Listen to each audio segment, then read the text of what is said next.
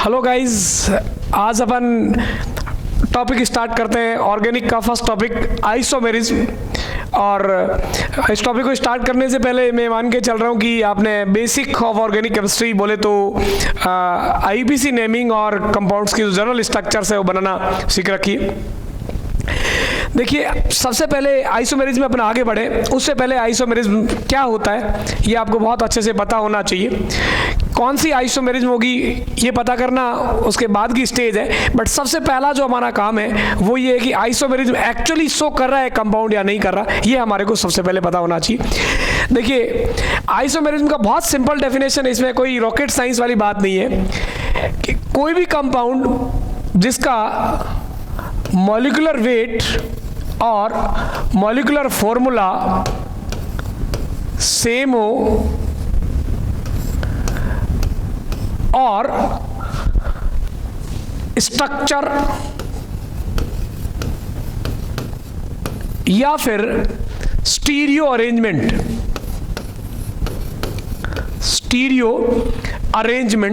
इन दोनों में से कोई एक चीज अलग हो। मैंने यहां और लगाया है, मतलब इन दोनों में से तो कोई एक चीज डिफरेंट होनी चाहिए। किसी भी कंपाउंड की एक से ज्यादा स्ट्रक्चर बनाते हैं अपन, ए बी सी, तीन अलग अलग अरेंजमेंट्स अपन ने बनाए। इन तीनों कंपाउंड का मॉलिक्यूलर वेट सेम होना चाहिए, पहली कंडीशन। अगर मॉलिक्यूलर वेट अलग अलग है तो आपस में कभी आइसोमर नहीं हो सकते।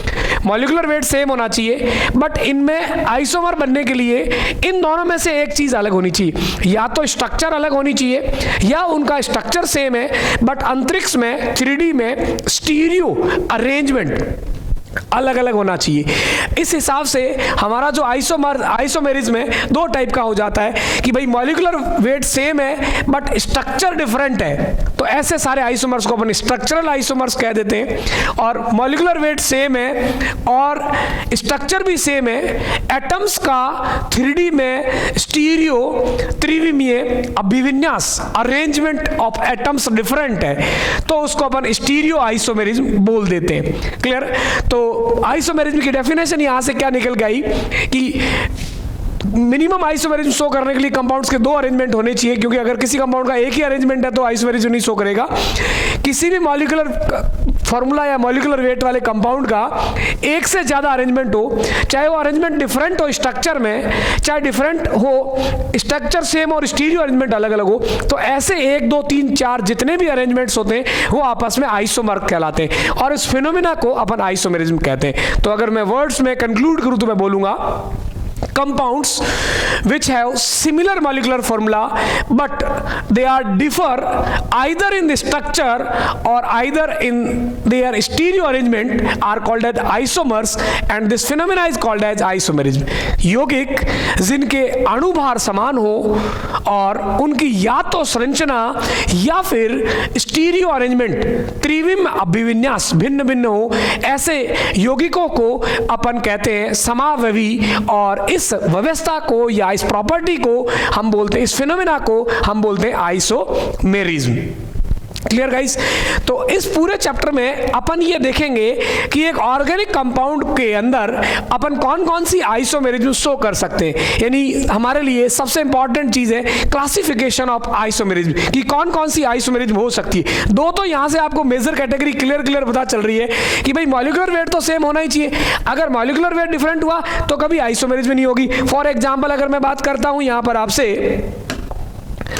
मैं अगर बात करूं आपसे कि भाई मेरे पास इस तरह का कोई कंपाउंड है और दूसरा मेरे पास ये कंपाउंड है और आपसे बोले ये कौन सी आइसोमेरिज्म शो करेगा, तो आप देखिए यहां पर कितने कार्बन है, बॉन्ड लाइन नोटेशन है 1 2 3 4 5 कार्बन है और यहां पर आप देखेंगे 1 2 3 4। अगर यहां C5 है और यहां C4 है और हाइड्रोजन कितने भी हो, आप इनके मॉलिक्यूलर वेट जो ऐड करोगे तो बच्चों कभी भी इन दोनों कंपाउंड का मॉलिक्यूलर वेट सेम नहीं हो सकता। और मॉलिक्यूलर वेट सेम नहीं हो सकता इसका मतलब ऐसे जितने भी कंपाउंड्स हैं वो ये दोनों कंपाउंड, ये मान लीजिए ए है और ये बी है, ये कौन से आइसोमर्स है वो तो बहुत बाद की बात है। उससे पहली बात ये होगी कि ये कोई सी भी आइसोमेरिज्म नहीं शो करेंगे, क्योंकि आइसोमेरिज्म के लिए पहली कंडीशन जो होती है मॉलिक्यूलर वेट सेम होना चाहिए। बच्चों इसी बात पर मैंने आपको जब कोऑर्डिनेशन पढ़ाया था तो वहां पर एक बात बताई थी, पॉलीमराइजेशन आइसोमेरिज्म, उसमें एक जनरल फॉर्मूला होता है और एक ही फॉर्मूले से पॉलीमर बना के उसका मोनोमर, डाइमर और ट्राइमर बना के अलग अलग आइसोमेरिज्म बताते हैं। और वहां मैंने आपको बताया भी था कि बेटा this is not an true isomerism, क्योंकि एक मोनोमर है एक डाइमर है, तो मोनोमर और डाइमर का वेट अलग अलग होगा, और एक डाइमर है एक ट्राइमर है, तो मोनोमर, डाइमर और ट्राइमर तीनों का मॉलिक्यूलर वेट अलग अलग होगा। और जिन कंपाउंड्स का मॉलिक्यूलर वेट अलग अलग होता है बच्चों, वो कभी भी आइसोमेरिज्म नहीं होती। इसलिए अपन वहां पर कोऑर्डिनेशन में एक बात लिखते हैं पॉलीमराइजेशन आइसोमेरिज्म के नीचे अंडरलाइन करके कि this is not an true isomerism, ये एक वास्तविक समावयवता नहीं होती, क्योंकि समावयवता की पहली कंडीशन ये है मॉलिक्यूलर वेट सेम होना चाहिए। दैट्स वाई इसको अगर देखिए, जब तक आप एक टॉपिक को दूसरे टॉपिक से कनेक्ट नहीं करेंगे कभी भी चीजें फील नहीं दिलाएगी। तो आपको बता रहा हूं कोऑर्डिनेशन में इसलिए हमने पॉलीमराइजेशन आइसोमेरिज्म को बोला था, वो सेम ऐसा ही केस था, इसलिए अपन ने बोला मॉलिक्यूलर वेट सेम नहीं है तो आइसोमेरिज्म शो ही नहीं करेगा। कौन सी आइसोमेरिज्म, वो तो बहुत दूर की कौड़ी हुई। क्लियर? तो मॉलिक्यूलर वेट सेम होना चाहिए। अलग किस में हो सकता है? स्ट्रक्चर में अलग है तो स्ट्रक्चरल आइसोमेरिज्म, और अगर स्ट्रक्चर में सेम है सिर्फ एटम्स का अरेंजमेंट अलग है तो ऐसे को अपन बोलते हैं स्टीरियो आइसोमेरिज्म। एक व्यू अपन लेते हैं सारे टाइप को आइसोमेरिज्म के बारे में और फिर अपन वन बाय वन सारे आइसोमर्स के बारे में बच्चों बात करते।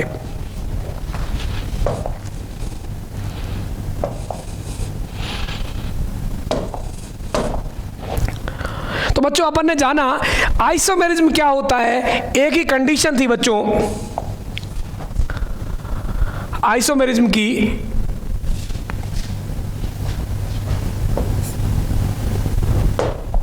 आपको बोला कि ऐसे कंपाउंड्स जिनके मॉलिक्यूलर वेट सेम हो तो उनको अपन आइसोमेरिज्म शो करने का राइट दे रहे थे। और मैंने आपको बोला कि मॉलिक्यूलर वेट सेम होने के बाद जो चीज बच्चों अलग हो सकती है वो मैंने आपको बोला कि या तो स्टीरियो अरेंजमेंट अलग होगा और या फिर कंपाउंड की स्ट्रक्चर्स अलग होगी।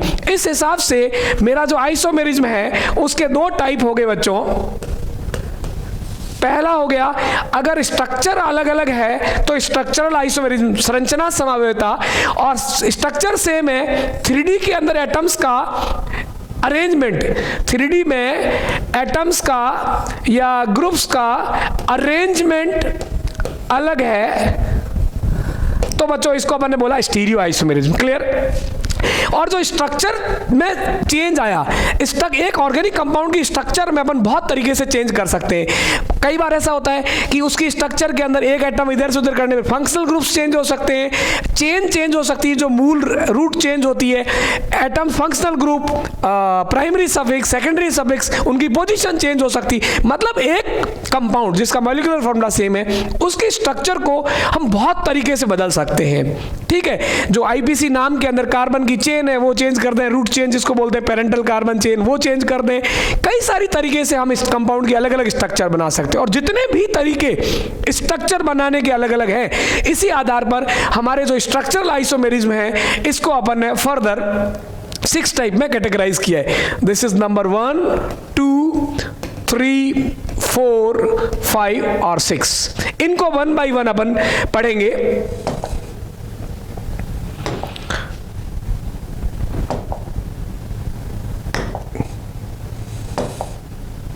क्लियर? तो सबसे पहला इसके अंदर जो आइसोमेरिज्म है चेन आइसोमेरिज्म, दूसरा है पोजीशन आइसोमेरिज्म, इसको अपन शॉर्ट में बोलते हैं CI, इसको बोलेंगे PI, इसको बोलेंगे मेटामोरिज्म MI, functional isomerism FI, ring chain isomerism RCI और टोटोमेरिज्म। ये सारे आइसोमेरिज्म पढ़ने के बाद अपन लास्ट में डिस्कस करेंगे क्योंकि इसके अंदर बाकी सारी कंडीशंस का इन्वॉल्वमेंट होता है। ये सारी स्ट्रक्चरल आइसोमेरिज्म अपन पढ़ेंगे और इन सारी के अंदर आप वन बाय वन एक चीज देखिएगा। आज का अपना लेक्चर इन्हीं पर बेस्ड है। एक चीज आप जरूर से देखिएगा, और वो चीज क्या है कि किस कंडीशन के अंदर एक कंपाउंड के अंदर हम क्या चीजें बदल के उसकी अलग अलग स्ट्रक्चर बना सकते हैं। जैसे मैं थोड़ा सा आइडिया दूं, ये जो चेन आइसोमेरिज्म है इसके अंदर हम कार्बन की पेरेंटल चेन को चेंज करेंगे। जैसा कि अपन देखेंगे पोजीशन में डेफिनेटली नाम से पता चल रहा है कोई किसी न किसी सब्स्टिट्यूट ग्रुप या फंक्शनल ग्रुप या जो अपना डबल बॉन्ड और ट्रिपल बॉन्ड है, ठीक है, जिसको प्राइमरी सफिक्स कहते हैं, उसकी पोजीशन चेंज करेंगे। तो वन बाय वन इनके बारे में डिटेल में देखेंगे। और दूसरा जो मेरे पास आइसोमेरिज्म था, मैंने आपको बोला जिसके अंदर अपन 3D स्ट्रक्चर कंपाउंड की चेंज करते हैं। अब एक कंपाउंड की 3D स्ट्रक्चर चेंज करनी, उस 3D स्ट्रक्चर चेंज करने के अंदर केमिकल बॉन्डिंग में भी अपन पढ़ते हैं बच्चों, अगर मेरे पास बहुत सारी वजह होती है रेस्ट्रिक्टेड रोटेशन की।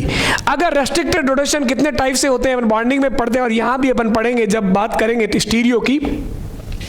तो किसी भी वजह से कंपाउंड के अंदर अगर रेस्ट्रिक्टेड रोटेशन की पॉसिबिलिटी है, क्लियर, तो उसमें मतलब केवल कंपाउंड का कॉन्फ़िगरेशन चेंज हो रहा है, क्लियर, तो कॉन्फ़िगरेशनल होता है। और अगर उस कंपाउंड के अंदर कन्फर्मेशन चेंज हो रहा है, फ्री रोटेशन है, कंपाउंड सारे जो है कोई भी रेस्ट्रिक्टेड रोटेशन नहीं है, कंपाउंड बहुत इजीली रोटेट कर सकता है, तो वो कन्फर्मेशनल आइसोमेरिज्म शो करता है। इनको भी अपन डिटेल में पढ़ेंगे। और जो कॉन्फ़िगरेशनल आइसोमेरिज्म है वो फर्दर दो टाइप की होती है। कोऑर्डिनेशन में भी अपन ये चीज पढ़ते हैं, ज्योमेट्रिकल आइसोमेरिज्म GI और PPL के प्लेन के को रोटेट करने के आधार पर अपन इसको बताते हैं optical isomerism OI, clear.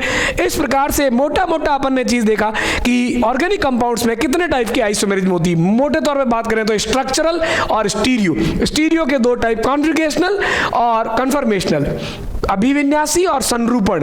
Configurational जो अभिविन्यासी है उसके दो हो गए, ज्यामिति और प्रकाशिक, और संरूपण अपने आप में अलग से एक आइसोमेरिज्म होता है। और स्ट्रक्चरल आइसोमेरिज्म जो है वो सारे अपन ने पढ़े, chain isomerism, position isomerism, metamerism ring, functional ring chain और टोटोमेरिज्म, क्लियर। इनको बच्चों अपन वन बाय वन देखते हैं। तो इसके अंदर बच्चों सबसे पहले स्ट्रक्चरल आइसोमेरिज्म की अपन बात करेंगे। और स्ट्रक्चरल आइसोमेरिज्म के अंदर सबसे पहला मैंने आपको बोला टाइप फर्स्ट, वो है आपका chain isomerism. Chain isomerism, clear. या इसको मैं दूसरी अगर बात करूं तो हिंदी में बोलेंगे इसको बच्चों श्रृंखला समावयवता।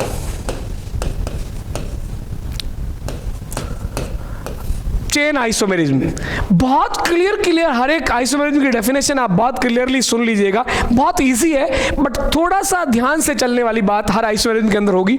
जैसा कि नाम से पता चल रहा है, क्लियर, कि ऐसे कंपाउंड्स के अंदर चेन चेंज होने वाली। कौन सी चेन, बहुत क्लियरली सुन लेना। देखो आइसोमेरिज्म है तो ये चीज तो बेटा बहुत क्लियरली कंफर्म है अपने को कि मॉलिक्यूलर वेट तो 100% सेम है, clear.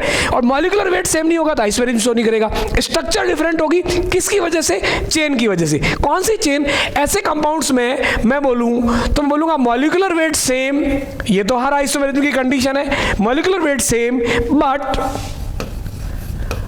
number of carbon atom is differ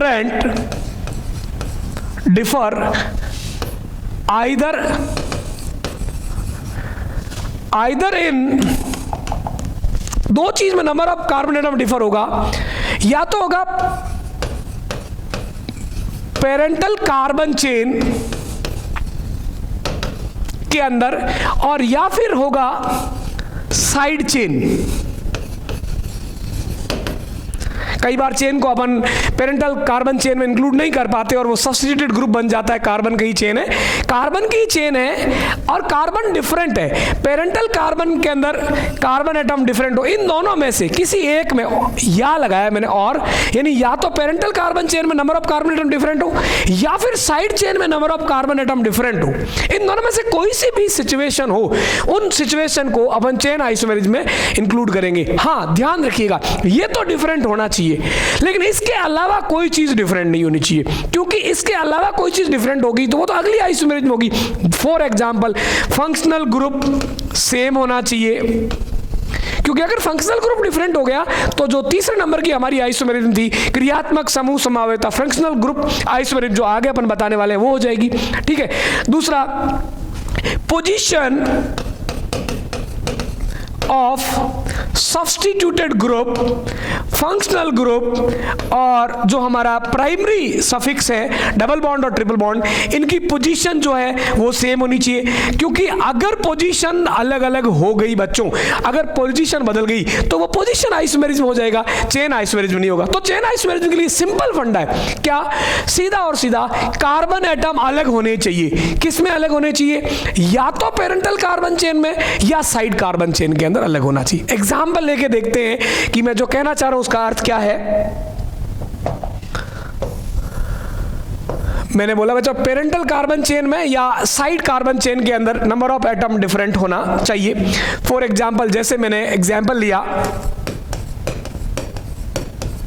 ये 5 कार्बन का और ये एल्केन है क्योंकि मैंने डबल बॉन्ड शो नहीं किया, सैचुरेटेड हाइड्रोकार्बन है और इसके अंदर मिनिमम आप 5 लोगे तभी साइड चेन बन पाएगी। देखिएगा कैसे, इसके अंदर मैं अगर आईपीसी नेम लूंगा तो आईपीसी नेम आपको पता है कि रूट चेन सेलेक्ट करते हुए एज फार एज पॉसिबल जितना हो सके हमें लॉन्गेस्ट चेन लेनी होती है। तो इसके अंदर जो हमारी पेरेंटल कार्बन चेन होगी ये होगी, और बच्चों इसके अंदर जो कार्बन एटम सेलेक्ट हुए हैं वो आप देख पा रहे हो 5 कार्बन एटम, बहुत क्लियरली देख लीजिएगा। और दूसरी इसी की मैं स्ट्रक्चर बनाता हूं, ये 1 कार्बन मैंने एज ए सब्स्टिट्यूटेड लगा दिया। अब इसके अंदर आप लॉन्गेस्ट कार्बन चेन लेंगे तो यही होगी, आप इधर से लोगे तो भी सेम ही बात होगी।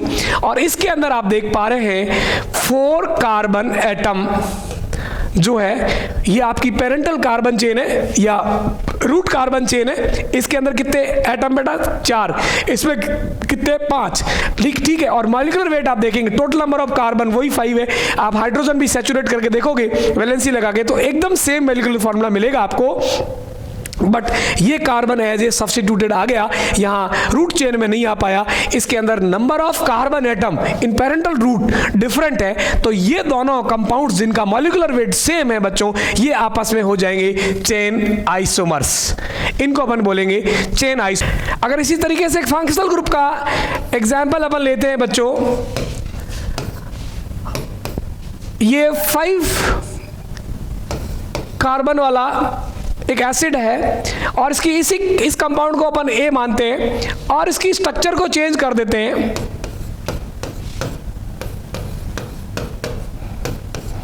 इसमें भी आप देखेंगे तो टोटल नंबर ऑफ कार्बन 5 है, क्लियर। लेकिन अपने को मतलब रूट चेन के अंदर कार्बन कितने आ रहे हैं, तो आप देखिएगा इसके अंदर आप लॉन्गेस्ट रूट चेन लेंगे पेरेंटल कार्बन चेन, तो आप देख पा रहे हैं 5 carbon atom parental root chain के अंदर आ रहे हैं। और यहां पर आप लेंगे रूट चेन, अपने को पता है आईपीसी में अपन पढ़ चुके हैं कि रूट चेन इस तरीके से लेना होता है कि सीनियर मोस्ट फंक्शनल ग्रुप को रूट चेन में एसेंशियली इंक्लूड करना होता है। तो आप अभी देखेंगे 1 2 3 4 यहां पर ये कार्बन रिंग चेन के अंदर नहीं आ सकता। यहां पर 4 कार्बन एटम जो है ये आपका कंपाउंड बी है बच्चों।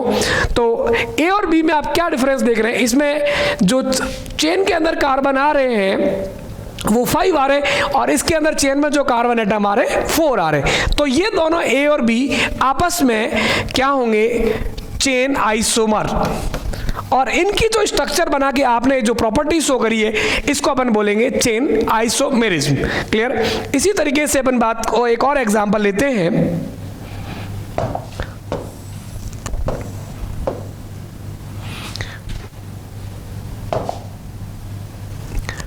देखिए बच्चों, जैसे मैंने एक साइक्लोहेक्सेन लिया,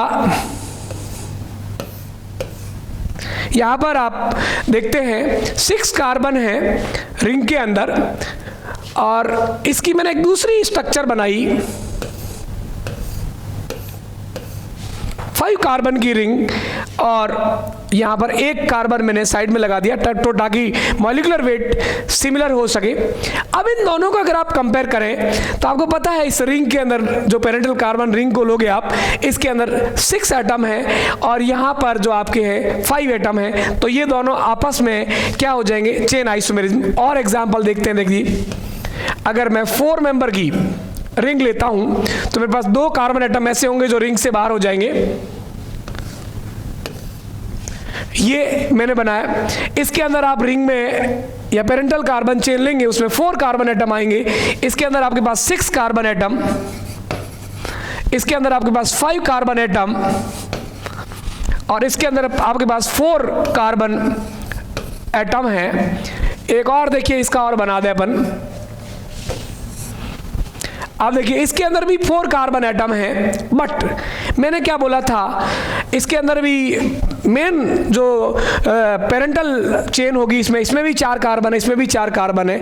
बट साइड चेन, यहाँ साइड चेन में आप देखेंगे तो 2 CH3 लगे हुए हैं, मिथाइल ग्रुप लगे हुए हैं, और यहाँ आप देख पा रहे हैं ये इस तरीके से, मतलब CH2 यानी एथिल ग्रुप लगा हुआ है। तो यह साइड चेन डिफरेंट है, ये और ये जो साइड चेन है ये डिफरेंट है। मैंने आपको बोला था कि या तो साइड चेन के अंदर डिफरेंस हो या पेरेंटल कार्बन चेन के अंदर डिफरेंस हो, तो ऐसे कंपाउंड्स को अपन बोलेंगे चेन आइसोमेरिज्म। क्लियर? तो ये इसके डिफरेंस के कारण भी ये भी आपस में चेन आइसोमेरिज्म शो करेंगे।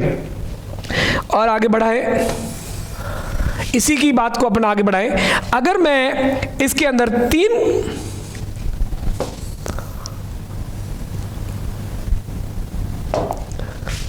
की रिंग बनाता हूं तो आपको पता टोटल मॉलिक्यूलर वेट सेम रखने के लिए टोटल 6 कार्बन थे, और टोटल 6 कार्बन के अंदर से 3 कार्बन्स बाहर आ जाएंगे। इसको आप वेरिएंट तरीके से लगा सकते हैं।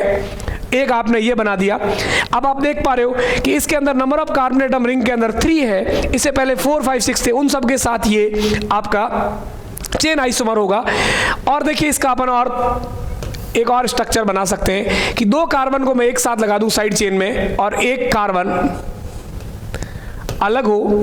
तो इसमें आप साइड चेन देख पा रहे हैं, 3 मैथिल साइड चेन है, यहां पर 1 इथाइल है और 1 मैथिल है। तो इस कंपाउंड की, हालांकि देखो रिंग के अंदर इसमें 3 एटम है और यहां भी 3 है, पेरेंटल रूट चेन के अंदर number of carbon atom same है, बट साइड चेन देखिए 3 मैथाइल है और यहां पर 1 मैथाइल और 1 इथाइल है, साइड चेन भी डिफरेंट है। तो इसका मतलब यह है कि वो आपका चेन आइसोमेरिज्म शो करेगा। मैंने आपको क्लियर बोला था molecular weight same, parental carbon के अंदर का नंबर ऑफ कार्बन एटम या साइड चेन के अंदर नंबर ऑफ कार्बन एटम, यहां 3 अलग अलग कार्बन की साइड चेन है, यहां 1 कार्बन 2 कार्बन की साइड चेन है और 1 की है, तो साइड चेन्स डिफरेंट है। इसका मतलब ये भी आपस में, ये और ये भी आपस में चेन आइसोमर होगा। एक और बात कर ले, इसी का ही एक और रूप बना दें। अगर अपन ये तीनों कार्बन एक ही चेन के अंदर लगा दें साइड के अंदर, तो इसकी भी साइड चेन जो है एन प्रोपिल जो है आपका यहाँ पर साइड में सब्स्टिट्यूट ग्रुप है, ये डिफरेंट है। या मिथाइल है, 3 मिथाइल, यहाँ 1 इथाइल 1 मिथाइल और 1 यहाँ एन प्रोपिल है। तो ये साइड चेन पेरेंटल में सेम है, 3 तीनों सेम है, बट साइड चेन आप देख पा रहे हो सब में डिफरेंट है। इसका मतलब ये तीनों भी बच्चों क्या होंगे, कंफर्म आपस में जो है चेन आइसोमर्स होंगे। इस तरीके से आप यहां देख पा रहे होंगे कि चेन आइसोमेरिज्म का मतलब क्या है कि या तो आपकी जो पेरेंटल कार्बन चेन है, जैसे यहाँ 6 थे और इसमें अपन ने 5 बना के 1 को बाहर कर दिया, या तो पेरेंटल कार्बन चेन के अंदर number of carbon atom different हो, या फिर इस तरीके से पेरेंटल में सेम है 3 3 3, बट साइड वाली जो आपकी चेन है बच्चों, इसमें अगर साइड चेन अलग अलग स्ट्रक्चर की है, अलग अलग प्रकार की है, तो भी वो आपस में चेन आइसोमर्स होंगे। दोनों चीज़ों को ध्यान रखना। क्या है कि हम उसको तो याद रखते हैं प्रिंसिपल कार्बन एटम वाली चेन को, बट साइड चेन को भी कंफर्मली ध्यान रखिएगा। दोनों में से कोई भी चीज अगर डिफरेंट है तो ऐसे कंपाउंड्स को अपन बोलते हैं चेन आइसोमेरिज्म, और ज्यादा इससे घबराने वाली बात नहीं है। नेक्स्ट आइसोमेरिज्म की बात करते हैं बच्चों।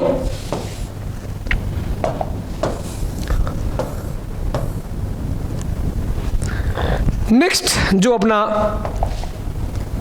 आइसोमेरिज्म है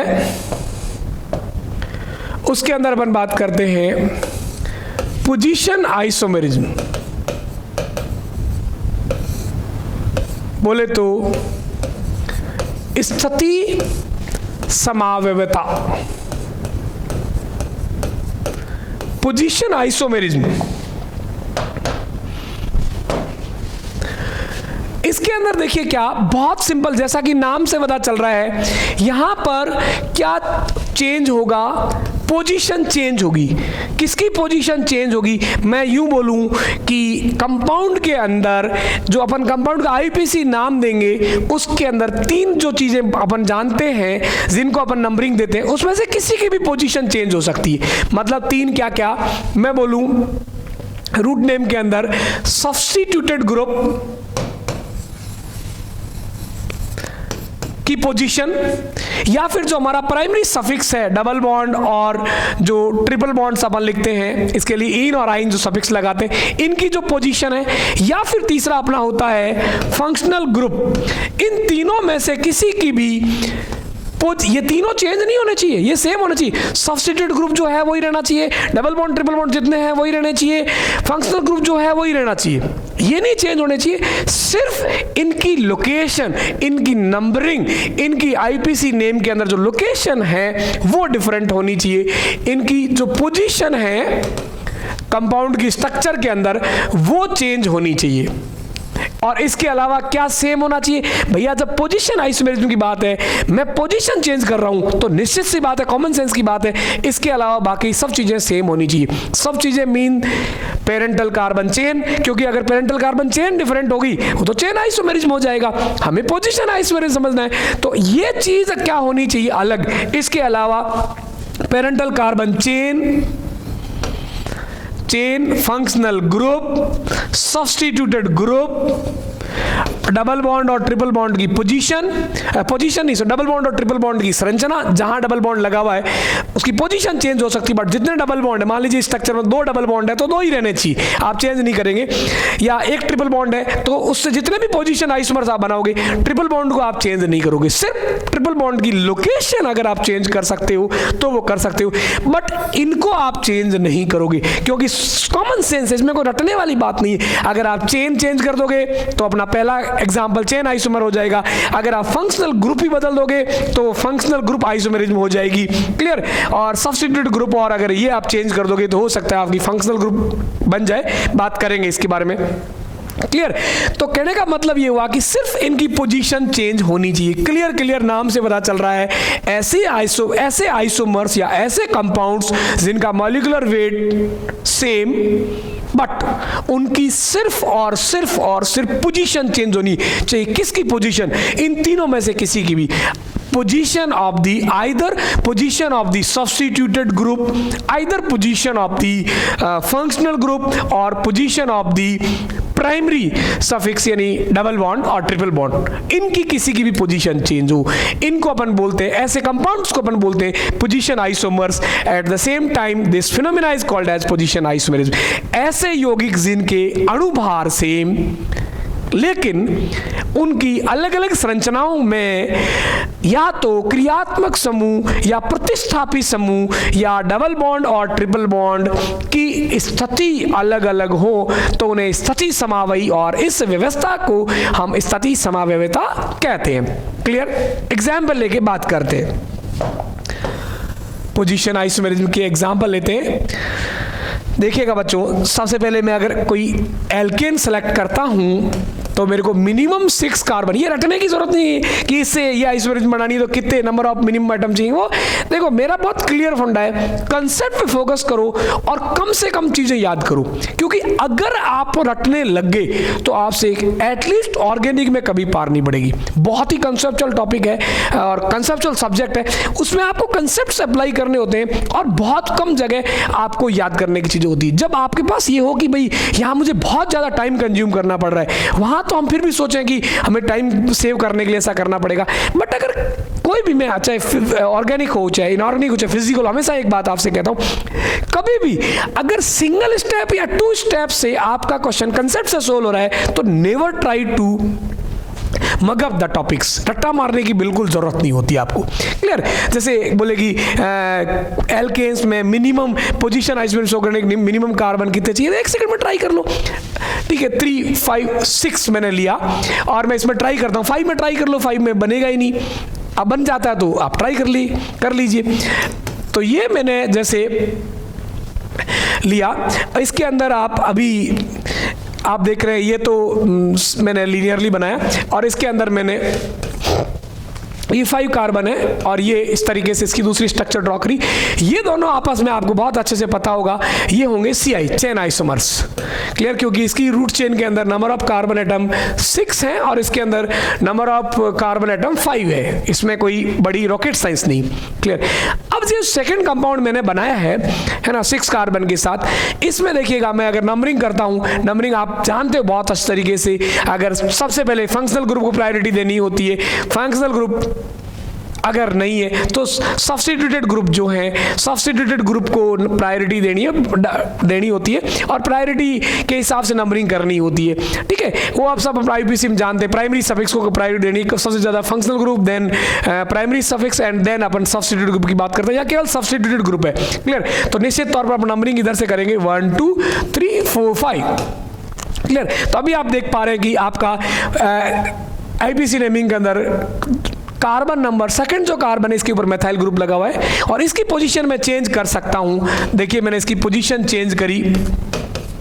ये 5 कार्बन की चेन है आपकी। मैंने आपको कहा था कि पेरेंटल कार्बन चेन नहीं चेंज होनी चाहिए। यहां पर कितने कार्बन है बच्चों?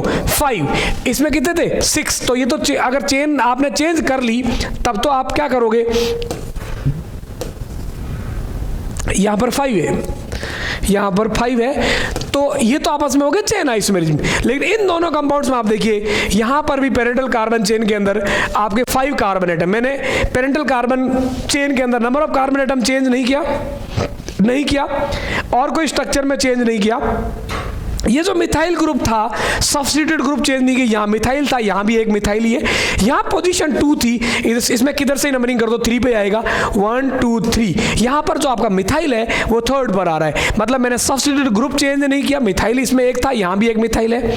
इसमें 5 पेरेंटल कार्बन चेन में 5 एटम थे, यहाँ भी 5 एटम है। मैंने कुछ चेंज नहीं किया क्योंकि मैं कर भी नहीं सकता, क्योंकि मैं पोजीशन आइसोमेरिज्म की डेफिनेशन की शर्तों से बच्चों बंधा हुआ हूँ, है ना। कर तो बहुत कुछ सकता हूँ बट अभी इस जगह नहीं कर सकता, क्योंकि अगर मैं कर दूंगा चेंज तो CI बन जाएगा। तो यहां पर जो 3rd पर आपका है मिथाइल ग्रुप बच्चों, ये 3rd पर आ गया। तो ये दोनों आपस में जो है पोजीशन आइसोमर्स होंगे, क्योंकि इसके अंदर आप देख पा रहे हैं दोनों में पेरेंटल कार्बन सेम, लेकिन मिथाइल ग्रुप की पोजीशन जो है वो डिफरेंट है, तो ये पोजीशन आइसोमर्स होंगे। इसी तरीके से एक और एग्जांपल अपन देखें, कितने भी एग्जांपल देख सकते हैं, बस डेफिनेशन पर आपकी कमांड होनी चाहिए। जैसे ये मेरे पास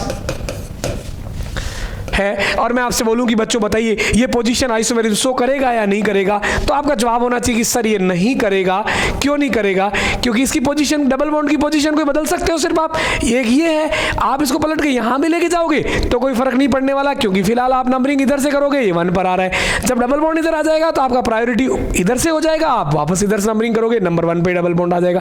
यानी ये कंपाउंड आपका पोजीशन आइसोमेरिज्म शो करने के लायक ही नहीं है। क्लियर? कई बार होता है ना कि ये मेरे लायक नहीं है। अगर ये 4 कार्बन की रिंग है और एक डबल बॉन्ड लगा हुआ है या ट्रिपल बॉन्ड लगा हुआ है, now you can change the position. इसमें आप नंबरिंग करेंगे तो आपके पास जो है 1 के ऊपर ईन लगा हुआ है, और अगर आप इसकी पोजीशन बच्चों चेंज करते हो तो निश्चित तौर पर यहाँ पर आपका ये नंबर 1 नंबर 2 के ऊपर ईन है। ये 1 ब्यूटीन है और ये 2 ब्यूटीन है। तो आप देख पा रहे हैं कि मैंने चेंज नहीं किया। इसमें एक डबल बॉन्ड था बच्चों, इसमें एक डबल बॉन्ड है, मैंने डबल बॉन्ड की संख्या नहीं चेंज करी। मैं कर भी नहीं सकता पोजीशन आइसोमेरिज्म में, सिर्फ लोकेशन मैं चेंज कर सकता हूं, उसकी जगह बदल सकता हूं, उसकी स्थिति बदल सकता हूं, पोजीशन चेंज कर सकता हूं। मैंने पोजीशन चेंज कर दी 1 से 2 पर, तो ये दोनों जो है देखो, इसके अंदर भी पेरेंटल कार्बन चेन में 4 एटम, इसमें पेरेंटल कार्बन में 4 एटम, नंबर चेंज नहीं हो रहा बच्चों। तो इसके अंदर ये CI नहीं है, पोजीशन आइसोमर्स है। ये हुए पोजीशन आइसोमर्स। इस तरीके से बच्चों मैं अगर बोलता हूं तो ये पोजीशन आइसोमेरिज्म इसने शो किया। और देखते हैं बच्चों एग्जांपल। मैं अगर बच्चों आपसे बोलूं कि ये कोई एक कंपाउंड है, क्लियर, और मैंने आपसे बोला कि इस कंपाउंड के अंदर मैंने ये इसका एक दूसरा कंपाउंड बना दिया, एक और लगा देते हैं इधर से, और मैं आपसे बोलूं कि 3 and 2 5, 4 and 1 5, आपसे मैं पूछूं कि ये पोजीशन आइसोमेरिज्म है क्या यहाँ पर, तो आपको सबसे पहले ना पेरेंट कार्बन चेन ड्रॉ कर लेनी चाहिए, जिसमें फंक्शनल ग्रुप को सबसे ज़्यादा प्रायोरिटी देनी है। यहाँ पर नंबर ऑफ कार्बन एटम आ गए आपके 3 and 2 5, और यहाँ पर यहाँ से स्टार्ट करना भाई, फंक्शनल ग्रुप की पोजीशन चेंज नहीं हुई है, बट पेरेंटल कार्बन चेन के अंदर नंबर ऑफ कार्बन एटम जो है वो चेंज हो गए, तो ये दोनों आपस में CI है। बट मैं बोलूँ कि क्या ये पोजीशन आइसोमेरिज्म शो कर सकता है, तो बिल्कुल कर सकता है, क्योंकि देखिए नंबरिंग हर बार यहाँ से होगी। अभी जो आपका ये वाला कर सकता है, ये वाला भी, ये वाला मतलब चेन पोजीशन आइसोमेरिज्म नहीं शो करेगा, जो भी आएगा वो चेन बदल जाएगी, क्योंकि हर बार नंबरिंग वहां से करनी। बट इसका मैं अगर कोई पोजीशन आइसोमर और बनाऊं तो देखिए बना सकता हूं मिथाइल ग्रुप को चेंज करके। मैंने क्या किया, 1 1 कार्बन, और ये इसके ऊपर COOH यहाँ लगा हुआ था, सेम वही कर दिया, और जो मिथाइल ग्रुप नंबर 2 पर था इसको मैंने नंबर 3 पर कर दिया। इसके अलावा क्या मैं इसका और पोजीशन आइसोमर बना सकता हूं? नहीं बना सकता, क्योंकि इसकी पोजीशन अगर मैं यहां लाऊंगा तो वो बेटा चेन के अंदर शामिल हो जाएगा, वापस फर्स्ट एग्जांपल बन जाएगा। तो ये जो कंपाउंड है ये दोनों आपस में पोजीशन आइसोमर्स है, बट ये और ये पोजीशन नहीं है, ये और ये स्ट्रक्चरल है, सॉरी चेन आइसोमर्स, फर्स्ट और थर्ड, फर्स्ट और सेकंड भी। मैं अगर बोलूं ये मेरा A है, ये मेरा B है, ये मेरा C है, आपसे बोले A और B क्या है, A एंड, ऐसे बहुत सारे क्वेश्चन एग्जाम्स में पूछे जाते हैं, A एंड B क्या है, तो आप बोलोगे CI। आपसे पूछे A and sorry B and C क्या है, B एंड C आप बोलोगे पोजीशन आइसोमर्स। आपसे बोले A एंड C क्या है, A एंड C आप अगेन बोलोगे चेन आइसोमर्स। इस तरीके से आप किसी भी एग्जाम्पल को उठा करके बहुत आराम से इन दोनों कंपेयर करा सकते हो। एक और एग्जाम्पल लेते हैं बच्चों,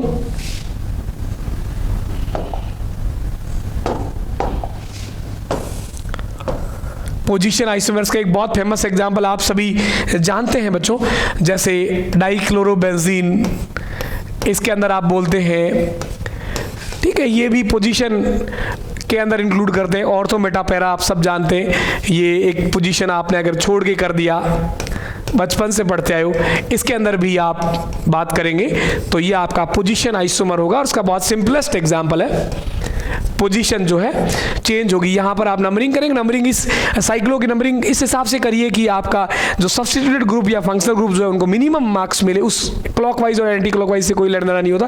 तो यहाँ मैं नंबरिंग करूंगा 1 2 पर आ रहा है, यहाँ मैं नंबरिंग करूंगा 1 2 3 पर आ रहा है, यहाँ किधर से भी कर लीजिए सेम नंबर आ रहा है 1 2 3 4। तो ये तीनों जो है ऑर्थो मेटा पेरा, ऑर्थो मेटा एंड पेरा, ऑल 3 आर पोजीशन आइसोमर्स। बात को और आगे बढ़ाते हैं।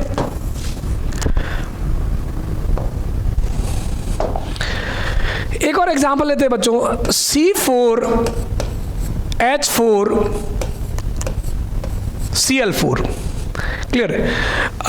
और इसकी साइक्लो स्ट्रक्चर मान करके मैं बात करूं, मैं आपसे बोलूं कि टेट्राक्लोरो साइक्लोब्यूटेन, ये कंपाउंड है। मैंने साइक्लो बोल दिया तो आप इसकी साइक्लो स्ट्रक्चर लेंगे, और इसकी साइक्लो मतलब साइक्लिक स्ट्रक्चर को रखते हुए कितने आइसोमर्स बना सकते हो बनाएं, और साथ में आप ये देखेंगे वो आपस में क्या होंगे, चेन होंगे, पोजीशन होंगे। अपन एक छोटी सी एक्सरसाइज करते हैं। ये जो कंपाउंड है, इस कंपाउंड के साथ आपको इस तरीके से दिया गया है कि ये जो कंपाउंड है टेट्राक्लोरोसाइक्लोब्यूटेन,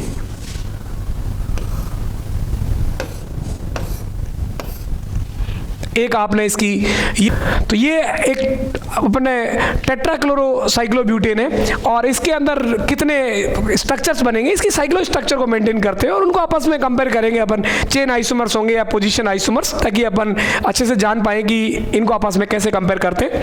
ये मेरे पास 4 क्लोरो है, हाइड्रोजन चारों कार्बन पे एक लगाई वैलेंसी कंप्लीट करने के लिए। इसके अंदर मैंने दूसरी स्ट्रक्चर बनाई, ये मैंने 2 एक पर लगा दिए और ये दोनों अलग अलग लगा दिए।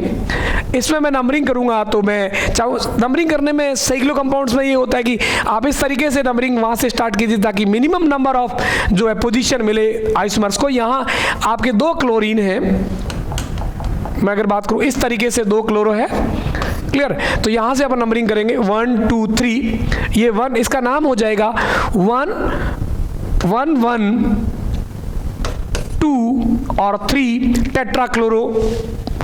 टेट्राक्लोरो साइक्लोब्यूटेन। अब देखिए इसका मैं एक और रूप बना सकता हूं, ये आपने 2 रखे 1 1 पर, ये यहां पर और ये यहां पर। इसमें आप नंबरिंग दूसरे तरीके से करेंगे तो इसका जो टोटल नंबर ऑफ आइसोमर्स की पोजीशन आएगी वो डिफरेंट आ जाएगी। कौन से आइसोमर्स होंगे देखेंगे अभी। दूसरा मैंने ये बात करी कि ये 2 हैं Cl पास पास में, ये 2 Cl, और ये जो है मैंने एक और बनाया Cl और Cl, ये पास पास में बना दिया इसमें एक गैप के साथ ही। ये टोटल मैंने आइसोमर्स बनाए A, B, C, D, E। Clear. और इनको अपन सबको आपस में अगर देखें तो ये सारे आपस में कहलाएंगे पोजीशन आइसोमर्स। क्लियर। तो इस तरीके से क्योंकि आप नंबरिंग करेंगे यहाँ सबके नाम के अंदर जो है बच्चों एक प्यारा सा एग्जांपल लेते हैं। साइक्लोहेक्सेन, एक कंपाउंड अपने पास साइक्लोहेक्सेन, और अपने को पूछा है, क्वेश्चन है कि साइक्लोहेक्सेन कंपाउंड के जितने पॉसिबल है सारे आप साइक्लिक आइसोमर्स बनाइए और सबको कंपेयर कीजिए कि आपस में कौन कौन पोजीशन आइसोमर्स होंगे और कौन कौन चेन आइसोमर्स होंगे। तो पहले अपन सारी पॉसिबिलिटीज चेक कर लेते हैं। देखिए पॉसिबिलिटीज आपके पास एक बार से दिमाग में नहीं आएगी, इसके लिए आपको प्रैक्टिस करनी पड़ेगी, तभी आप बना पाएंगे। सारे केसेस सोचने, ये इसमें कोई केमिस्ट्री फिजिक्स की बात नहीं, ये सब B&C प्रोबेबिलिटी की बात है कि आप कहाँ रख करके ट्राई कर सकते हैं। देखिएगा अपन बात प्रयास करते हैं साथ मिलके। साइक्लोहेक्सेन ये बना, इसकी आप चेन चेंज कर सकते हो और पोजीशन चेंज कर सकते हो, दोनों चीजें आपको चेंज करने की छूट है। क्लियर। ये आपने साइक्लोहेक्सेन बना, इसमें और कोई आप चेंज नहीं कर सकते। तो अपन एक काम करते हैं, एक कार्बन को बाहर निकाल देते हैं रिंग से और इसका पेंटा जो है वो ग्रुप बना दे सकते हैं। एक मिथाइल साइड में कर दिया। अब इस मिथाइल को आप कहीं पर भी लगा दें तो उसकी पोजीशन आइसोमेरिज्म नहीं बनेगी, क्योंकि जहां भी लगाएंगे नंबरिंग वहां से स्टार्ट हो जाएगी, क्योंकि अपने को साइक्लो के अंदर नंबरिंग वहां से करते हैं ताकि सब्स्टिट्यूटेड ग्रुप को लीस्ट नंबरिंग मिले। क्लियर। तो इसका और नहीं बन सकता। अब अपन ट्राई करते हैं 4 टेट्रासाइक्लो के साथ। अब अपने पास टोटल 6 कार्बन थे, 4 की रिंग बना दी, यानी 2 कार्बन बाहर आ जाएंगे। मैंने पहले दोनों कार्बन को एक ही कार्बन लगा दिया, लग सकते हैं क्योंकि कार्बन की वैलेंसी 4, 1 2 2 बार कार्बन लगा दी। क्लियर। एक मैंने ये बना दिया। दूसरा, अब मैं इसकी पोजीशन चेंज कर रहा हूं, इन दोनों को मैंने पास पास लगा दिया। क्लियर। एक और पोजीशन इनकी मैं चेंज कर सकता हूं, मैंने इनको मैक्सिमम डिस्टेंस पे लगा दिया। क्लियर। ये डाइमिथाइल के साथ मैंने तीनों पॉसिबिलिटीज थी वो चेक कर ली। इसके बाद अगर आप यहां लेके जाएंगे तो वापस यही केस आ जाएगा। इसके बाद मैं एक और काम कर सकता हूं, ये टेट्रासाइक्लो है, इसके साथ मैं मिथाइल की जगह दोनों मिथाइल को मिला के एक इथाइल ग्रुप लगा सकता हूं। क्लियर। इस तरीके से 4 कंपाउंड्स मैंने जो है टेट्रासाइक्लो के साथ ड्रॉ किए।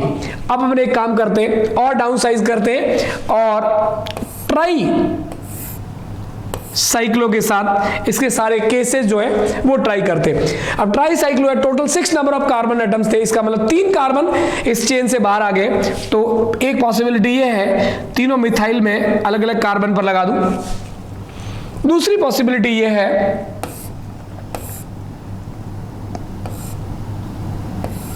कि मैं इन 3 में से कोई 2 मिथाइल किसी एक कार्बन पे लगा दूं और एक जो बच गया इसके नियर बाय, दोनों नियर बाय लोकेशन सेम है, किसी भी एक लोकेशन पर रिमेनिंग एक कार्बन लगा दिया। क्लियर। इसकी ये 2 लोकेशन हुई। और मैं देखिए और क्या कर सकता हूं, मैंने इन 3 मिथाइल में से 2 मिथाइल को मिला के एक इथाइल ग्रुप लगा दिया रिंग से बाहर और एक अपने पास बच गया मिथाइल। और इसकी पोजीशन यहां पर भी कर सकता हूं। देखो कार्बन की वैलेंसी 4, 1 2 3, यहां पर भी ले आऊं तो मेरा एक और बन जाएगा। देखिएगा ये यहां पर इथाइल और इसी पर लगा दिया मिथाइल। क्लियर। इसके 2 बन गए। और देखिएगा मैं इन तीनों को सब्स्टिट्यूट ग्रुप बना दूं, प्रोपिल बना दूं अगर 3 की रिंग के बाहर, तो आप देखिएगा इस तरीके से एन प्रोपिल मैंने लगा दिया। और एक और पॉसिबिलिटी है कि एन प्रोपिल को मैं अगर आइसोप्रोपिल बना दूं इस तरीके से, तो ये एन प्रोपिल सब्स्टिट्यूट ग्रुप था और यहां जो है ये आइसोप्रोपिल सब्स्टिट्यूट ग्रुप है, ये दोनों डिफरेंट हो जाएंगे।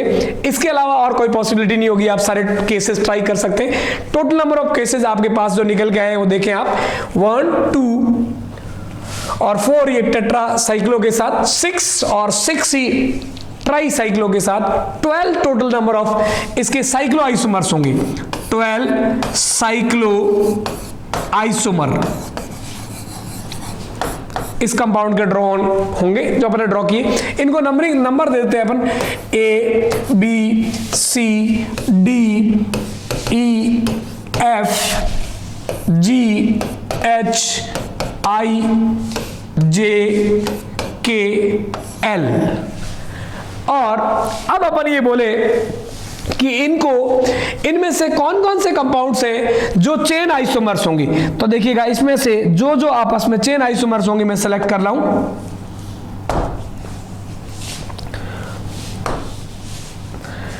चेन आइसोमर्स का मतलब रूट चेन के अंदर number of carbon atom different होनी चाहिए या साइड वाली चेन अलग अलग होनी चाहिए। तो अपन चेक करते, देखिए जो CIs है मैं वो लिख रहा हूं एक साथ, आप देख पा रहे हैं ए और बी आपस में चेन आइसोमर्स होंगे क्योंकि इसमें 6 की रिंग, इसमें 5 की रिंग, और बी के साथ सी भी चेन आइसोमर्स होगा क्योंकि इसके अंदर 5 और इसके अंदर रिंग है, रिंग में 6, इसके रिंग में 5, रिंग में 4, अलग अलग है। डी इनके साथ रिंग में नहीं होगा क्योंकि यहां 2 मिथाइल चेन है, यहां भी साइड चेन भी 2 मिथाइल है, यहां भी साइड चेन 2 मिथाइल है, रिंग 4 की।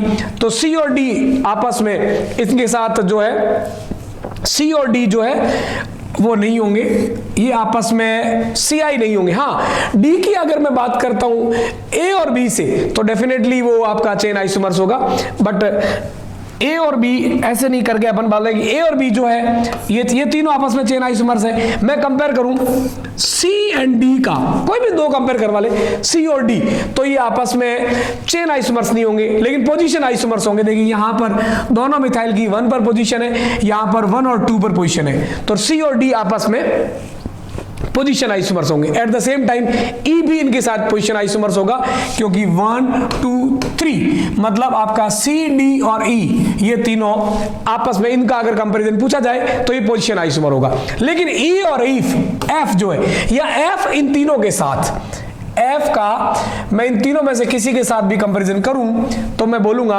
एफ जो है इनके साथ चेन आइसोमर है क्योंकि एफ के अंदर यहां पर जो साइड चेन है वो अलग है, यहां पर साइड चेन 2 मेथिल है और यहां साइड चेन एथिल है। तो एफ को अगर इनके साथ कंपेयर करूंगा बच्चों तो ये मेरा चेन आइसोमर होगा। क्लियर? इनमें मैं बात करूं तो जी और एच अगला मेरा जो है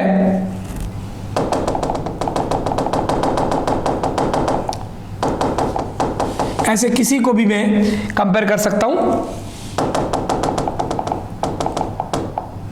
मैं बात करूं जी और एच की तो ये मेरे पोजीशन आइसोमर्स होंगे, चेन आइसोमर्स नहीं होंगे क्योंकि पेरेंटल कार्बन चेन 3 की, साइड में 3 मिथाइल, इसमें भी 3 मिथाइल, 1 2 3 1 2 3, पोजीशन ही तो अलग अलग है, ये दोनों हुए पोजीशन आइसोमर्स। बहुत आराम से आप कंपेयर कर सकते हो।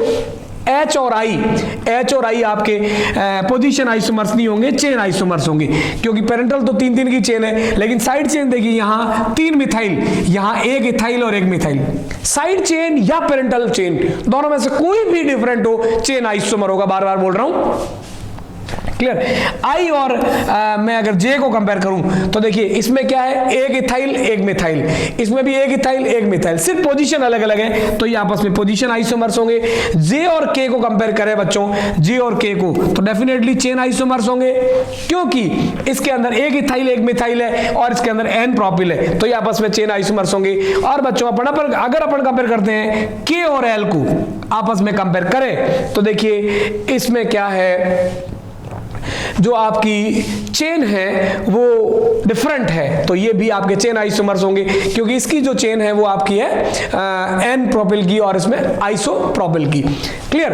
तो इसका मतलब ये भी चेन आइसोमर्स होंगे। इस तरीके से अपन इनमें से किसी को भी आपस में कंपेयर कर सकते हो। और ये चेन ये सारे अपन ने जो 12 केस बनाए, इससे आप बहुत अच्छे से अपोजिशन आइसोमर्स को और चेन आइसोमर्स को एक दूसरे से डिस्टिंग्विश कर सकते हैं, विभेदित कर सकते हैं। अब बच्चों अपन आगे बढ़ते हैं, लेकर के आते हैं आपके पास थर्ड आइसोमेरिज्म, जिसका नाम है फंक्शनल आइसोमेरिज्म, क्रियात्मक समूह समावयवता। क्लियर? तो बात को आगे बढ़ाते हैं। हमारे पास अगली जो आइसोमेरिज्म है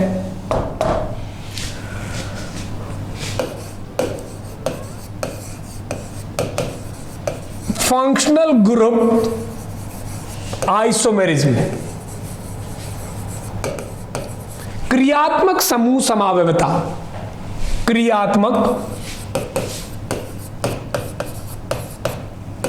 समूह समावयवता। इसमें क्या होता है बच्चों, इसको FI अपन शॉर्ट में बोलते हैं। इसके अंदर अगेन वही बात, मॉलिक्यूलर वेट सेम होगा, स्ट्रक्चर डिफरेंट होगी। और स्ट्रक्चर बच्चों इस प्रकार डिफरेंट होगी कि एक ही मॉलिक्यूलर फॉर्मूले से अलग अलग फंक्शनल ग्रुप जो आप ड्रॉ कर सकते हैं, एक ही फॉर्मूले से अलग अलग फंक्शनल ग्रुप ड्रॉ कर सकते हैं। बाकी चीजें सेम होनी चाहिए फंक्शनल ग्रुप के टाइप, बाकी सारी चीजें पोजीशन और चेन वो सारी चीजें सेम होनी चाहिए, बट फंक्शनल ग्रुप जो है वो अलग अलग होना चाहिए। फंक्शनल ग्रुप कैसे कैसे अलग हो सकता है, इसमें क्या क्या पॉसिबिलिटीज है, अपन बात करते हैं। सारे केसेस आपको बताता हूं वन बाय वन।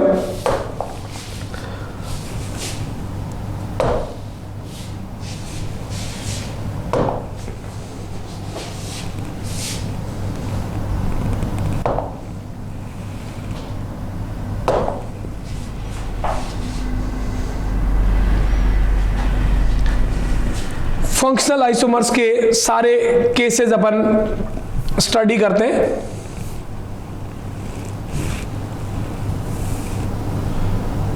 देखिए मैंने बोला कि जनरल फॉर्मूला सेम होगा, मतलब मॉलिक्यूलर वेट सेम होगा, मॉलिक्यूलर फॉर्मूला सेम होगा, सिर्फ जो है कंपाउंड के फंक्शनल ग्रुप्स अलग अलग होंगे।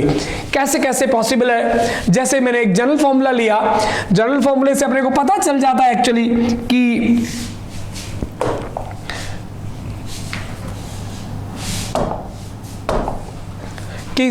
उससे कौन कौन से फंक्शनल ग्रुप बनेंगे। जैसे मेरे पास ये जनरल फॉर्मूला है CnH2n+2, तो इसे आप अल्कोहल और ईथर बना सकते हैं। देखिए कैसे, इस जनरल फॉर्मूले को फॉलो करने वाला कोई भी कंपाउंड है, जैसे मैंने लिया C4H10O। क्लियर? तो इससे आप दो अलग अलग फंक्शनल ग्रुप कैसे बनेंगे देखिएगा, CH3 CH2 CH2 CH2OH, ये आपका जो है अल्कोहल है फंक्शनल ग्रुप यहां पर। और इसके अंदर देखिए, इससे आप सेम फॉर्मूला रखते हुए दूसरा फंक्शनल ग्रुप बना सकते हैं, ईथर भी।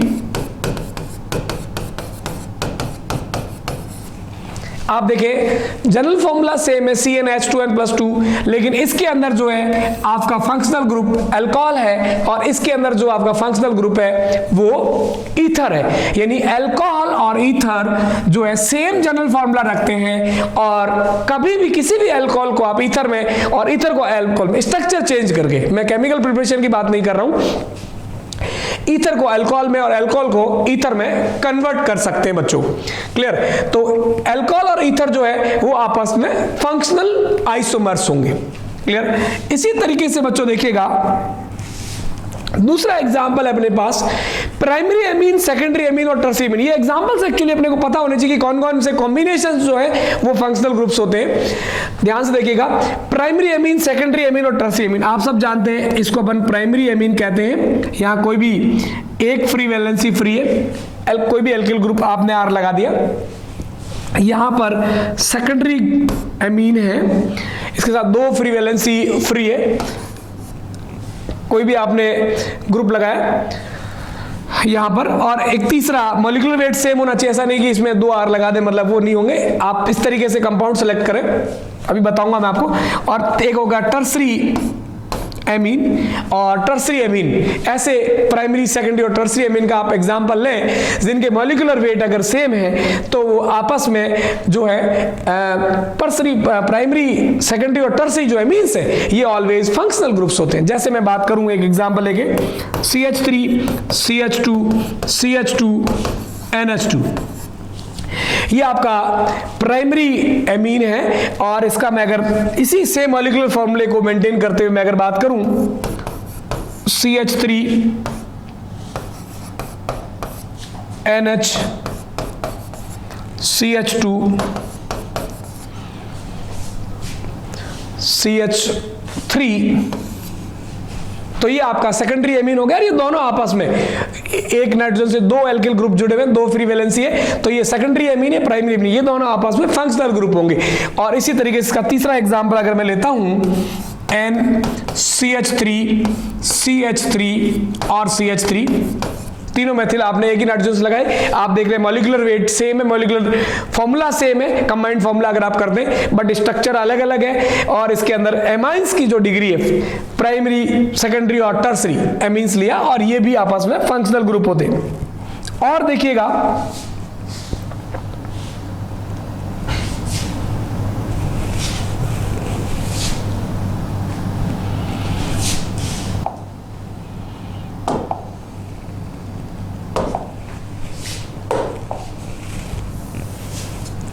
अपन अगला एग्जाम्पल देखते हैं, ये भी इंपॉर्टेंट एग्जाम्पल देखिए फंक्शनल ग्रुप का, एल्काइन एंड एल्काडाइन। एल्काडाइन और एल्काइंस देखिएगा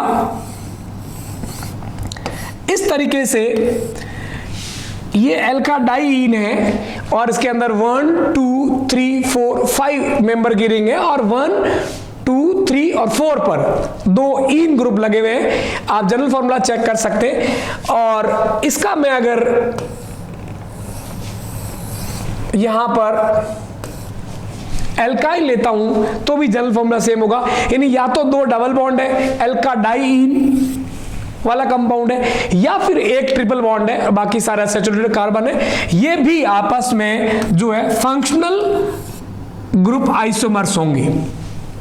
इसलिए मैंने आपको बोला कि जब भी आप पोजीशन आइसोमर्स बनाते हैं और चेन आइसोमर्स बनाते हैं तो उसके अंदर नंबर ऑफ डबल बॉन्ड या ट्रिपल बॉन्ड का नंबर आप चेंज नहीं कर सकते, क्योंकि अगर 2 डबल बॉन्ड की जगह आपने एक ट्रिपल बॉन्ड ले लिया तो ऐसे जो कंपाउंड्स हैं वो आपस में फंक्शनल आइसोमर्स कहलाते हैं। इसी तरीके से देखिएगा, अपन सब जानते हैं साइनाइड और आइसोसाइनाइड, किसी भी एल्किल ग्रुप के साथ इस तरीके से कार्बन जुड़ा हुआ है, इसको अपन साइनाइड बोलते हैं। इसकी स्ट्रक्चर इस तरीके से होती है, कार्बन और C ट्रिपल बॉन्ड N, यहां पर आपने मान लीजिए कुछ भी लगा दिया, C2H5, ये एथिल साइनाइड हुआ, ठीक है। और अगर इसका दूसरा आप लेते हैं आइसोसाइनाइड, जिसको इस तरीके से रिप्रेजेंट किया जाता है, और वही C2H5 आपने लगा दिया, तो ये साइनाइड और आइसोसाइनाइड ये दोनों स्ट्रक्चर अलग अलग है कंपाउंड की। आप देख सकते हैं यहां मैंने C2H5 लिया, इन दोनों कंपाउंड की स्ट्रक्चर अलग अलग है, ये C2H5CN है और ये C2H5NC है। तो साइनाइड और आइसोसाइनाइड भी अगर आपस में एक दूसरे की स्ट्रक्चर हम चेंज करते हैं तो ये हमारे जो है फंक्शनल आइसोमर्स होंगे।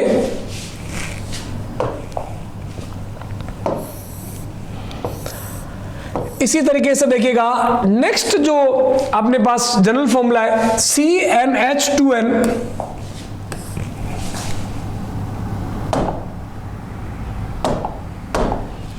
CnH2nO, इस जनरल फॉर्मूले को फॉलो करते हुए हम टोटल 4 अलग अलग फंक्शनल ग्रुप बना सकते हैं। एल्डिहाइड और कीटोन कार्बोनिल कंपाउंड जिनको बोलते हैं अपन सभी जानते हैं, उसकी स्ट्रक्चर की अपन बात करें तो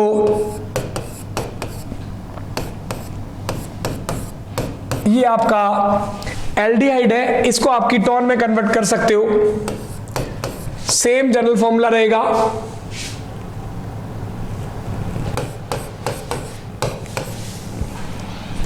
ये एल्डिहाइड और कीटोन है।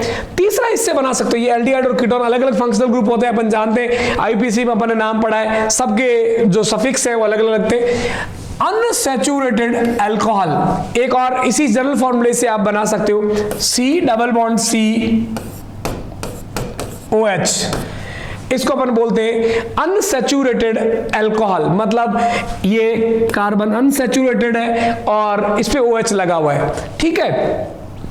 ये भी same functional group, same general फॉर्मूले को फॉलो करता है। आप चेक कर सकते हैं नंबर ऑफ कार्बन और उसको सैचुरेट करने के लिए यूज करने वाले नंबर ऑफ हाइड्रोजन्स, जरा चेक कर लेते हैं। CH3 बच्चों, CH2 और H, इसके अंदर आप नंबर ऑफ कार्बन और हाइड्रोजन चेक कर लीजिए। CH3, CH2 और CH3 इसमें चेक कर लीजिए, और यहां चेक कर लीजिए CH2, CH2 और CH2, टोटल काउंट कर लीजिए। सेम नंबर ऑफ कार्बन हाइड्रोजनों का जनरल फॉर्मूला सेम है, मॉलिक्यूलर वेट सेम होना चाहिए। और चौथा इससे सेम बन सकता है अनसैचुरेटेड ईथर, तो अल्कोहल को ईथर में अपन कन्वर्ट कर ही सकते हैं।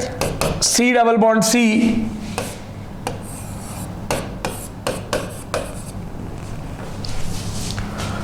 One two three four, 1 2 3, CH2 CH3, clear. तो ये आपका अनसैचुरेटेड ईथर हो गया। तो इस जनरल फॉर्मूले से यानी CnH2nO मतलब जो एल्कीन है उसका जनरल फॉर्मूला और साथ में एक ऑक्सीजन, इस जनरल फॉर्मूले को फॉलो करते हुए चार फंक्शनल ग्रुप होते हैं, ये एल्डिहाइड, कीटोन, ये अनसैचुरेटेड अल्कोहल और ये अनसैचुरेटेड ईथर, ये चारों आपस में आपके फंक्शनल आइसोमर्स होते हैं, FI, फंक्शनल आइसोमर्स। बात को आगे बढ़ाएं और अगले एग्जाम्पल के तौर पर देखें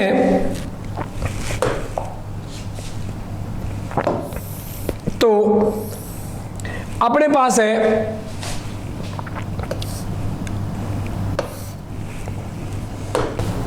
इसी तरीके से अपन नेक्स्ट एग्जाम्पल में बात करते हैं एमाइड और ये नाइट्रोसो होगा, नाइट्रोसो,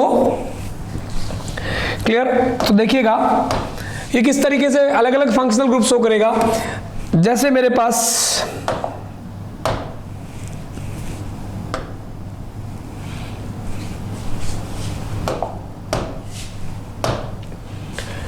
एमाइड है, कोई भी मैंने एमाइड लिया, CH3CONS2, इसको अपन एमाइड बोलते हैं। और नाइट्रोसो देखिए किस तरीके से इसका अपन ने चेंज कर दिया, CH3CH2 double bond N double bond O,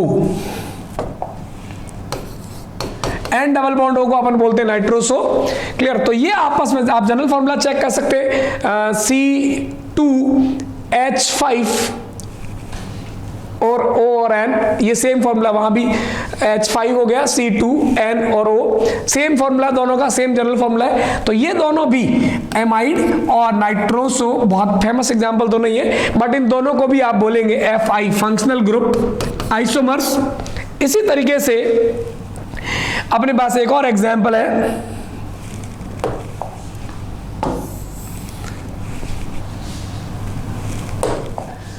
देखिएगा, इसको अपन मिटा देते हैं। एसिड, ईथर नहीं, ester, acid, ester, alkoxy carbonyl और हाइड्रोक्सी कार्बोनिल, ये चार सेम जनरल फॉर्मूले से शो होने वाले कंपाउंड है। तो ये भी आपस में अलग अलग फंक्शनल ग्रुप होंगे, जरा चेक करते हैं। CH3 CH2 CH2 COOH, ये आपका एसिड हो गया, और एक CH2 आपने ट्रांसफर कर दिया, CH3 CH2 C double bond O CH3, ये आपका एस्टर हो गया, क्लियर। ये एसिड, ये एस्टर, और अगला एल्कोक्सी कार्बोनिल। एल्कोक्सी कार्बोनिल मतलब ये CH3 C double bond O CH2 CH2OH। Carbonyl मतलब आपका एल्डिहाइड या कीटोन होना चाहिए 4 मेंबर, और एक बन जाएगा आपका इसी से सेम एल्कोक्सी, मतलब ये तो हाइड्रोक्सी कार्बोनिल हो गया, एल्कोक्सी कार्बोनिल इसी का ईथर ग्रुप हो गया C double bond O CH2O CH3। ये 4 जो है आपके ये हो गया एल्कोक्सी कार्बोनिल। ये 4 फंक्शनल ग्रुप आप चेक कर सकते हैं, चारों की सेम जनरल फॉर्मूला है। ये आपका एसिड हो गया, ये एस्टर हो गया। इसके अंदर देखिए इसको कार्बोनिल ग्रुप बोल दिया, कीटोन और एल्डिहाइड के लिए कार्बोनिल अपन यूज करते हैं, चाहे एल्डिहाइड भी ले सकते हैं, दोनों के लिए सेम सेम, और उधर OH लगा हुआ है, यानी किसी भी कार्बोनिल के साथ OH लगा हुआ है, इसको अपन ने बोल दिया ईथर। जो ईथर वाला जो लगा हुआ है, ईथर के लिए अपन बोलते हैं एल्कोक्सी, एथॉक्सी, मेथॉक्सी। क्लियर? तो ये आपका हो गया एल्कोक्सी ग्रुप, मेथॉक्सी, और ये आपका हो गया कार्बोनिल, तो इसको बोल दिया एल्कोक्सी कार्बोनिल। क्लियर बच्चों? और ये हो गया आपका एल्कोहल, और ये हो गया आपका कार्बोनिल, तो इसको अपन ने बोल दिया, एल्कोहल को बोलते हैं हाइड्रोक्सी प्रीफिक्स के तौर पर, क्योंकि एक सीनियर ग्रुप है कार्बोनिल, तो उसके साथ इसका सफिक्स ही यूज होगा हाइड्रोक्सी। क्लियर? तो अल्कोहल, अल्कोहल के लिए वर्ड यूज है हाइड्रोक्सी कार्बोनिल, और इसके लिए मेथॉक्सी या सिंपल कोई भी दूसरा हो तो एल्कोक्सी कार्बोनिल। ये चारों भी आपस में 1 2 3 4 चारों जो स्ट्रक्चर है, चारों संरचनाएं जो है वो आपस में फंक्शनल आइसोमर्स होंगे। और बच्चों इसी कड़ी में देखिएगा अपन बात करते हैं लास्ट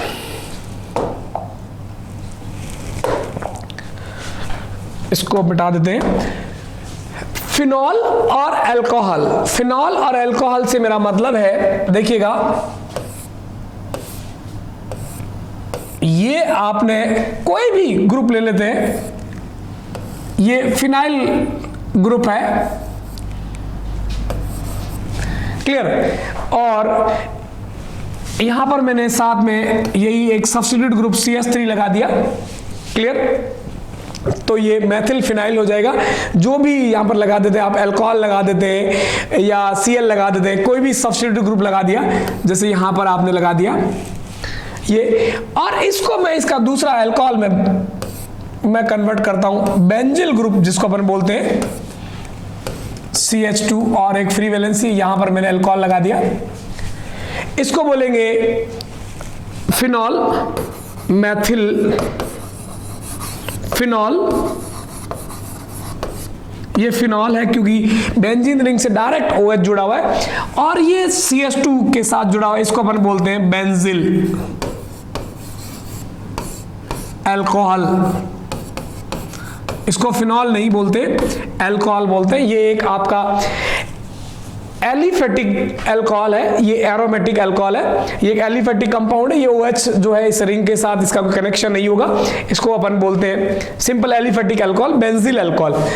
आप जानते हैं यहां पर बेंजीन इस रिंग के साथ CH2 CH3 ग्रुप है, एक वैलेंसी हटा के वैलेंसी फ्री करते हैं, उसको बेंजील कहते हैं। जैसे यहां पर अपन ड्रॉ करें बेंजील, और अगर 2 वैलेंसी फ्री कर देते हैं, इसको बोलते हैं बेंजल, और अगर 3 वैलेंसी फ्री कर देते हैं, ये सब अपन जनरल के अंदर पढ़ते हैं सब्स्टिट्यूटेड ग्रुप के अंदर, फ्री वैलेंसीज के सारे रेडिकल्स के बारे में, इसको अपन बोलते हैं बेंजो। तो ये 3 हो गए। CH2 के साथ एक वैलेंसी फ्री है जहां पर अपन OH लगाया, इसको बोलते हैं बेंजिल, बेंजल और बेंजो। ये हो गया बेंजिल, बेंजल और बेंजो। तो इसको अपन ने बोल दिया एक ही वैलेंसी फ्री बेंजल अल्कोहल। यहां पर अगर मैं इसकी जगह मेथिल लगा देता हूं, सॉरी क्लोरीन लगा देता हूं, तो भी सेम बात है। यहां मैं इसको, ये दोनों भी आपस में फंक्शनल आइसोमर्स होंगे। कहने का मेरा मतलब ये है कि एक तो एरोमेटिक है और एक मैंने इसको एरोमेटिसिटी को खत्म करके ये CH2 लगा के उसके ऊपर फंक्शनल ग्रुप लगा दिया, तो दोनों फंक्शनल ग्रुप अलग अलग है, क्योंकि एलिफेटिक अल्कोहल और एरोमेटिक अल्कोहल दोनों अलग अलग होते हैं। क्लियर? इसीलिए यहां क्लोरोबेंजीन है तो ये रिंग के अंदर पार्टिसिपेट करेगा, इसका अलग इफेक्ट होगा, और यहां अगर CH2 लगा के क्लोरीन लगाए उसका अलग इफेक्ट होगा। तो दोनों कंपाउंड के फंक्शनल ग्रुप ये आपस में फंक्शनल ग्रुप्स कहलाएंगे। क्लियर? तो कोई भी फेनिल ग्रुप पे लगाया हुआ और कोई बेंजिल ग्रुप के ऊपर लगाया हुआ हो, क्योंकि यहां पर अगर मुझे इसको फर्दर बेंजिल में कन्वर्ट करना तो साइड में एक CH3 लगाना ही पड़ेगा, वरना जनरल फॉर्मूला मतलब मॉलिक्यूलर वेट अलग अलग हो जाएगा। इस मेथिल के साथ कुछ भी मैंने लगा रखा है, एक तो मैंने इसको फिनाइल ग्रुप में लगा रखा है, एक इसको मैंने बेंजिल ग्रुप में कन्वर्ट करता हूं, तो ऐसे कंपाउंड्स हमेशा आपस में फंक्शनल आइसोमर्स होंगे। तो ये जो सारे केस हैं आपस में फंक्शनल आइसोमर्स होंगे। मैं एक बार फिर से आपको रिकॉल करा देता हूं, देखिएगा।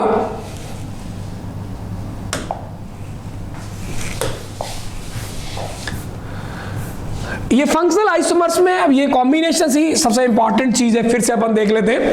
एक अपने पास था अल्कोहल और ईथर, जब भी कोई भी एक अल्कोहल है उसको आप एक CH2 ट्रांसफर करके ईथर में ट्रांसफर कर सकते हैं। तो अल्कोहल और ईथर जो है वो आपस में फंक्शनल आइसोमर्स होते हैं। इसके बाद जो एमीन था, प्राइमरी एमीन आपको मैंने बताया 2 वैलेंसी फ्री है, सेकेंडरी एमीन और 3 वैलेंसी फ्री है, टर्सरी एमीन सेम फॉर्मूला रखिएगा, और ये भी आपस में जो आपका है वो फंक्शनल आइसोमर्स होते हैं। थर्ड था अपने पास एक कार्बन कार्बन,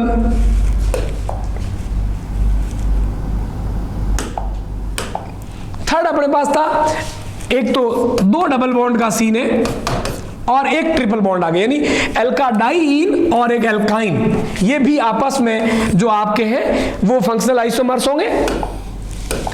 और इसी तरीके से देखिएगा,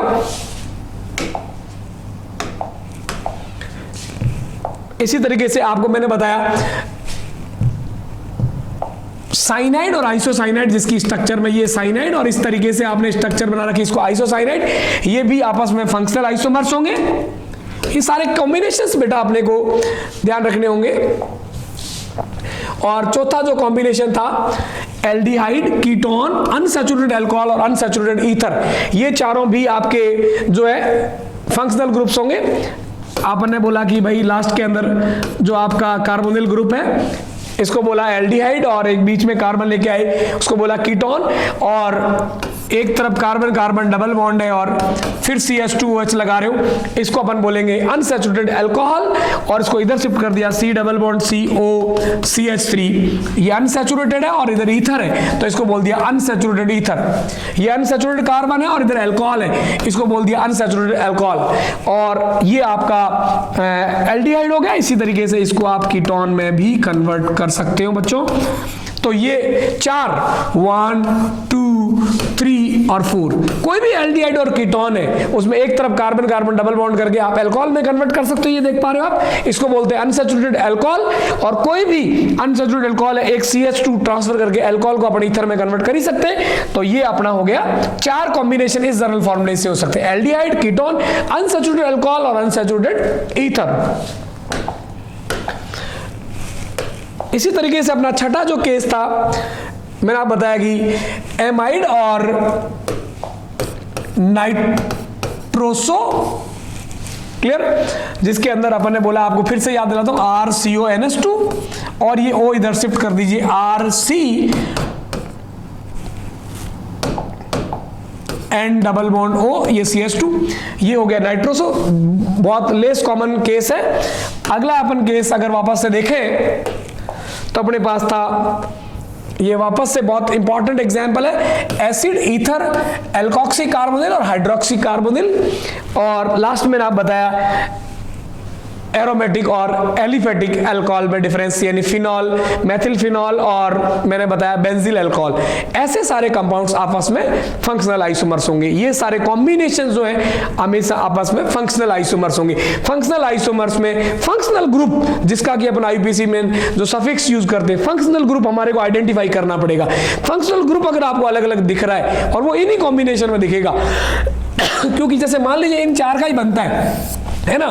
तो ये मैं क्यों बता रहा हूं, क्योंकि इसके अलावा अगर आप कोई और, ये जो है एसिड है, इन तीन के अलावा और किसी में नहीं कन्वर्ट होगा, क्योंकि इन तीन के अलावा कन्वर्ट अगर हम करने की बच्चों कोशिश करेंगे तो मॉलिक्यूलर वेट चेंज हो जाएगा, मॉलिक्यूलर फॉर्मूला चेंज हो जाएगा, और मॉलिक्यूलर वेट और मॉलिक्यूलर फॉर्मूला चेंज हो जाएगा तो आइसोमेरिज्म का टाइप तो बहुत बाद की बात है, आइसोमेरिज्म ही शो नहीं करेगा।